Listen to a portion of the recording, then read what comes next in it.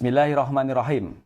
Pernyataan sikap Forum Ulama, Doktor, Tokoh, dan Advokat Jawa Barat terkait peringatan 79 tahun kemerdekaan Indonesia.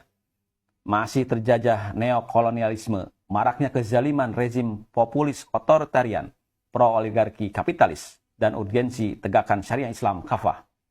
Sudah 79 tahun Indonesia merdeka dari penjajahan atau kolonialisme secara fisik dan militer. Akan tetapi Indonesia masih terjajah oleh penjajahan baru atau neokolonialisme melalui cengkraman ekonomi, politik, budaya, dan pemikiran dari ideologi sekulerisme, kapitalisme, demokrasi, liberalisme.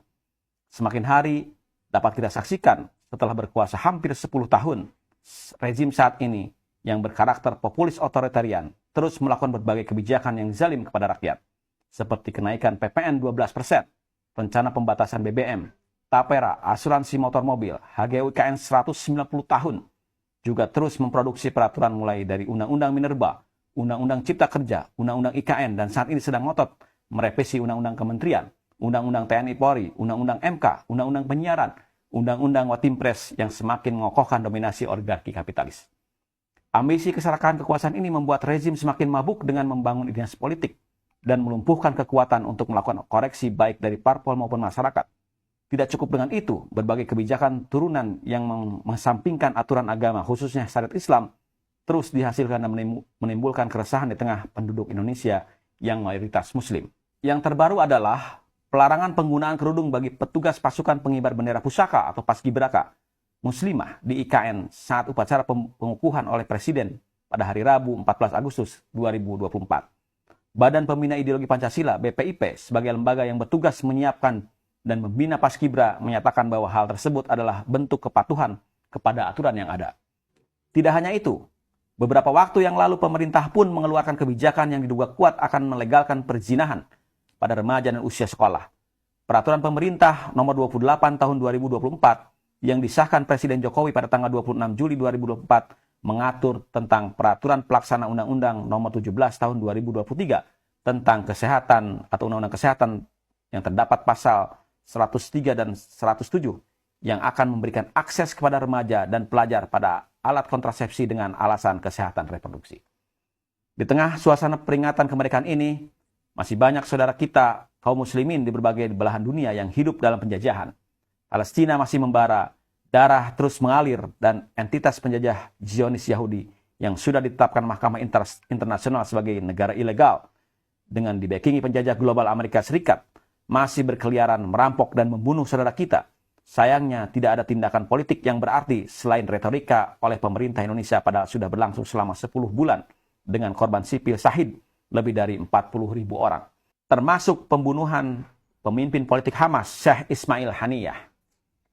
Menyikapi berbagai kondisi yang telah disebutkan dan dalam upaya membangun kesadaran politik Islam kepada semua pihak dan elemen dari bangsa Indonesia dan khususnya umat Islam di Indonesia, maka kami Forum Ulama, Doktor, Tokoh, dan Advokat Jawa Barat menyatakan, 1.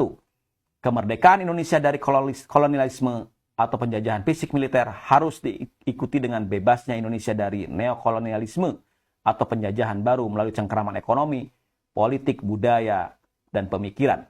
Karena penerapan ideologi kufur kapitalisme, komunisme, sosialisme, atau turunan dari semua ideologi tersebut melalui berbagai produk undang-undang yang menguntungkan segelintir oligarki dan terbukti membuat rakyat mengalami kezaliman, menderita, dan merusak semua segi kehidupan berbangsa dan bernegara. Kedua, secara khusus, pelarangan penggunaan kerudung hijab bagi paskibraka muslimah adalah bentuk diskriminasi, intoleransi, perampasan hak, dan yang pasti pelanggaran pada syariat Islam.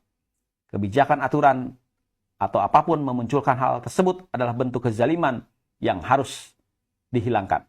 Peraturan tersebut haram dilaksanakan karena mengajak pada maksiat, padahal Islam telah mengharamkan untuk mentaati setiap perintah yang mengajak kepada maksiat, yaitu meninggalkan yang wajib, tarkul wajib, atau melakukan yang haram, irtikabul haram, dengan dalil antara lain. Rasulullah SAW bersabda, wajib atas muslim mendengar dan mentaati pemimpinnya pada apa-apa yang dia senangi atau yang dia benci, selama dia tidak diperintahkan melakukan maksiat. Jika dia diperintahkan melakukan maksiat, maka tidak boleh mendengar dan mentaati pemimpin tersebut. Hadis riwayat Bukhari 1744, hadis riwayat Muslim 1839, Abu Dawud 2626, hadis riwayat Tirmizi 1707, An-Nasa'i 160, Ibnu Majah 2864, hadis sahih. Sebagaimana keberadaan BPIP yang telah mengeluarkan peraturan tersebut harus dievaluasi total, bahkan tidak menutup kemungkinan untuk dibubarkan. Karena selama ini terbukti tidak memberikan kontribusi yang nyata, memboroskan anggaran, dan sering membuat pernyataan tendensius kepada Islam dan kaum muslimin. Seperti musuh Pancasila adalah agama, ayat-ayat konstitusi di atas ayat-ayat kitab suci, dan lain-lain. Ketiga, demikian pula peraturan pemerintah atau PP nomor 28 tahun 2024. Khususnya pada pasal-pasal yang diduga kuat menyangkut legalitas zina, haram untuk dilaksanakan. Hal ini karena PP tersebut berarti sudah menjadi sarana atau jalan atau al-wasilah yang mengarah pada legalitas zina di kalangan anak usia sekolah dan remaja. Kaidah fikih menegaskan segala macam perantara atau jalan atau al-wasilah kepada yang haram hukumnya haram. Perzinahan adalah suatu perbuatan yang sudah diharamkan dalam agama Islam sesuai firman Allah Subhanahu wa taala. Janganlah kamu mendekati zina, sesungguhnya zina itu adalah perbuatan yang keji dan jalan yang terburuk. Quran Surat Al-Isra ayat 32. Pasal-pasal bermasalah di dalamnya harus dicabut. Bila tidak, maka peraturan tersebut menjadi bukti bahwa penyelenggara negara Indonesia adalah manusia-manusia yang teramat bejat moralnya. Karena melegalisasi seks bebas alias zina kepada generasi muda sendiri. 4. Menyeru dan menuntut kepada pemerintah Indonesia untuk mengirimkan tentara muslim untuk berjihad fisabilillah, mengusir entitas Zionis Yahudi penjajah dari bumi Baitul Maqdis atau Palestina. Apakah belum cukup bukti bahwa diplomasi dan segala macam upaya perdamaian tidak akan menghentikan kekejaman entitas Zionis pada rakyat Palestina? Indonesia tidak boleh mendukung solusi dua negara atau two-state solution. Solusi ini tidak layak diambil karena entitas Zionis Yahudi telah mengambil tanah Palestina tanpa hak. Kondisi ini adalah penjajahan. Solusi yang paling adil dan tepat adalah penjajah itu harus diusir keluar dari tanah yang dijajahnya. Kelima, mengajak semua pihak, khususnya para ulama, akademisi, tokoh dan advokat muslim untuk terus berjuang bersama demi terbebasnya umat Islam di Indonesia dari cengkeraman sistem ideologi sekuler kapitalisme, demokrasi yang sudah secara nyata melecehkan ajaran-ajaran Islam. Kemerdekaan sejati bagi umat Islam adalah saat kita bebas untuk menerapkan Islam secara menyeluruh dan sempurna. Keenam, menyeru kepada umat Islam untuk mengokohkan persatuan. Ukhuwah Islamiyah tidak boleh dibatasi oleh bangsa dan batas-batas wilayah yang ada. Persatuan ini adalah modal utama terbebaskannya kawasan Baitul Maqdis atau Palestina dan negeri-negeri Islam lainnya. Persatuan ini tegak di atas landasan akidah Islamiyah. Tanpa persatuan yang hakiki, umat Islam itu akan terus menjadi pihak yang lemah. Persatuan umat Islam akan memiliki kekuatan yang nyata bila tegak sebuah institusi yang akan menyatukan umat Islam. Institusi ini adalah khilafah. Khilafah adalah kewajiban bagi umat Islam untuk menegakkannya sekaligus janji Allah Subhanahu wa taala dan kabar gembira atau bisyarah Rasulullah sallallahu alaihi wasallam. Summa takunu khilafah ala minhajin nubuwah.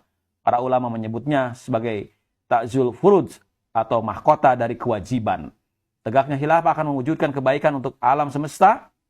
Islam sebagai rahmatan lil alamin, membebaskan negeri-negeri muslim dari penjajahan, menyatukan dalam kekuasaan Islam. Karena para khalifah akan menjadi perisai atau zunnah dan pelindung hakiki untuk kehormatan dan kemuliaan Islam dan juga kaum muslimin. Insyaallah.